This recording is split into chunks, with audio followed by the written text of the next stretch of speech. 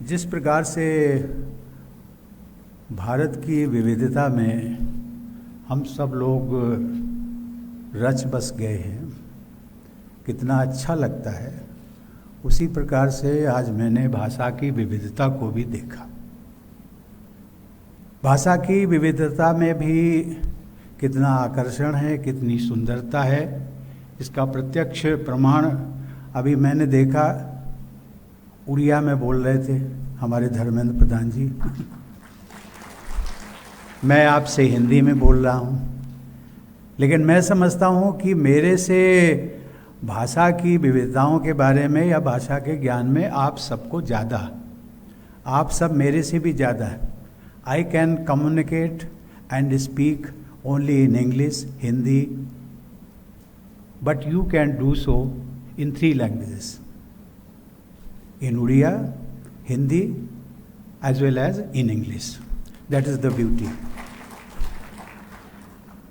देवी और सज्जनों, आपके इस शहर का नाम बहुत प्रभावित करने वाला है। स्थानीय सदरी भाषा में राउर केला का मतलब होता है, राउर यानी आपका, केला यानी गांव, अर्थात आपका गांव। और ये कहने के लिए बहुत बड़ा साहस चाहिए। लोग मेरा गांव या मेरा शहर कह के तो गर्व का अनुभव करते हैं, लेकिन यदि जब कभी आप सब लोग उसे आपका गांव कह करके पुकारते हैं, तो बहुत बड़ी बात होती है।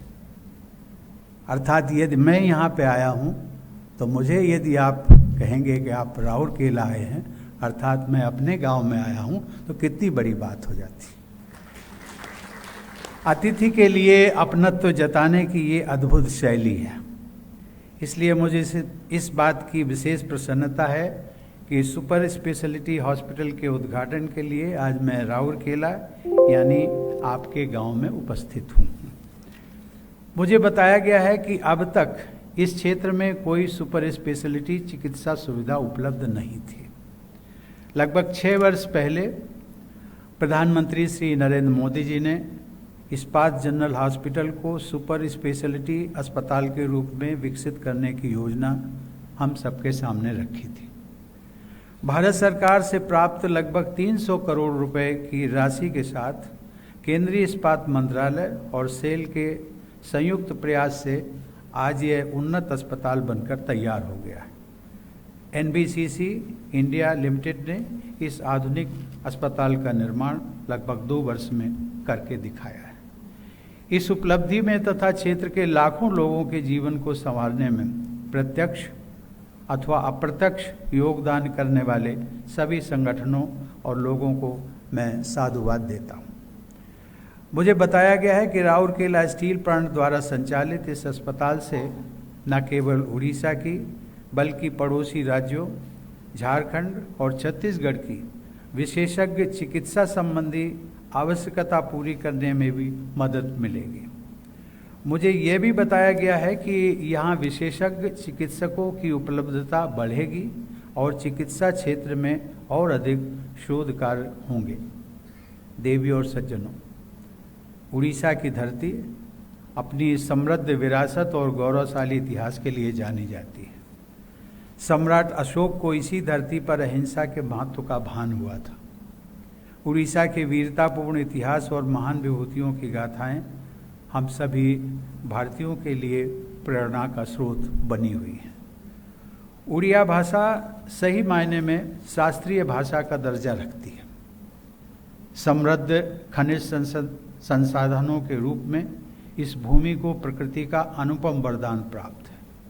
इन संसाधनों के माध्यम से उड़ीसा न केवल विकास के नए नए सोपान तय कर रहा है, अपितु आत्मनिर्भरता की राह देश की आर्थिक में महत्वपूर्ण योगदान भी दे रहा है।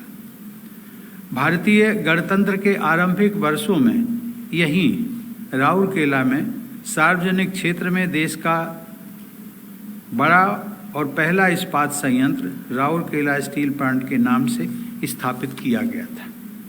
औद्योगिक विकास के क्रम में इस प्लांट की भूमिका एक मजबूत आधारशिला की रही है। ये जरूरी है कि समग्र विकास के लिए औद्योगिक गतिविधि के साथ साथ सामाजिक आर्थिक संरचना भी मजबूत होती रही। और मैंने ध्यान दिया है कि राउरकेला स्टील प्लांट यानी RSP अपने श्रमिकों, इंजीनियरों तथा उनके परिवारों की आवश्यकताओं के प्रति संवेदनशील रहा है। RSP के द्वारा न केवल औद्योगिक गतिविधियों बल्कि हेल्थ केयर, शिक्षा, संस्कृति, खेल आदि के क्षेत्र में भी परिवर्तन लाने के सचेत प्रयास किए गए। आज राउरकेला की पहचान RSP, NIT और बीजू पटनायक प्रौद्योगिकी विश्वविद्यालय BPUT से भी जानी जाती है। इन प्रयासों से स्वास्थ्य रक्षा के साथ साथ उत्पादकता में भी बढ़ोतरी हुई है। यहाँ के लोगों के जीवन और स्वास्थ्य में सुधार लाने के इन प्रयासों के लिए मैं सेल प्रबंधन को भी बधाई देता हूँ। देवी और सज्जनों, सुशासन के दो महत्वपूर्ण स्तंभ होते हैं, पहला शिक्षा और दूसरा हेल्थ केयर।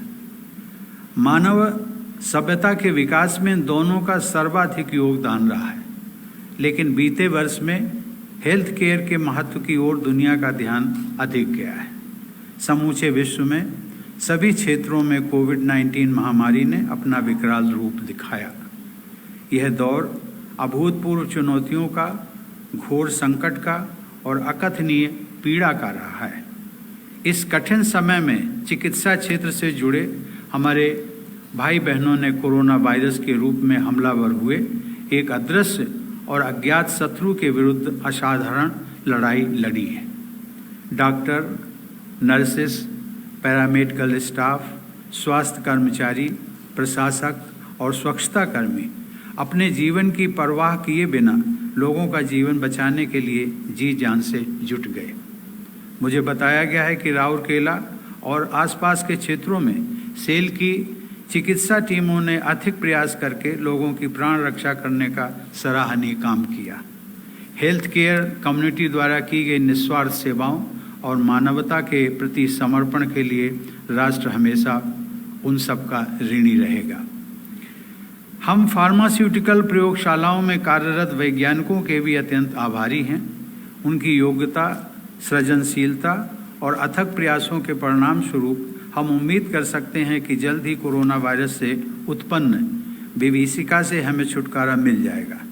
उनके दृढ़ प्रयासों से ही यह संभव हो सका है कि भारत में इतिहास का सबसे बड़ा टीकाकरण अभियान आरंभ किया गया है। इसके साथ ही भारत न केवल वैक्सीन के निर्माण में आत्मनिर्भर हो रहा है, बल्कि हम अब अन्य देशों को निःशुल्क या बहुत कम मूल्य पर वैक्सीन उपलब्ध करा रहे हैं। यह विश्वव्यापी प्रयास हमारी वसुधैव कुटुंबकम की परंपरा को और आगे बढ़ा रहा है। देवी और सज्जनों, इस महामारी ने हमें कई महत्वपूर्ण सबक भी दिए।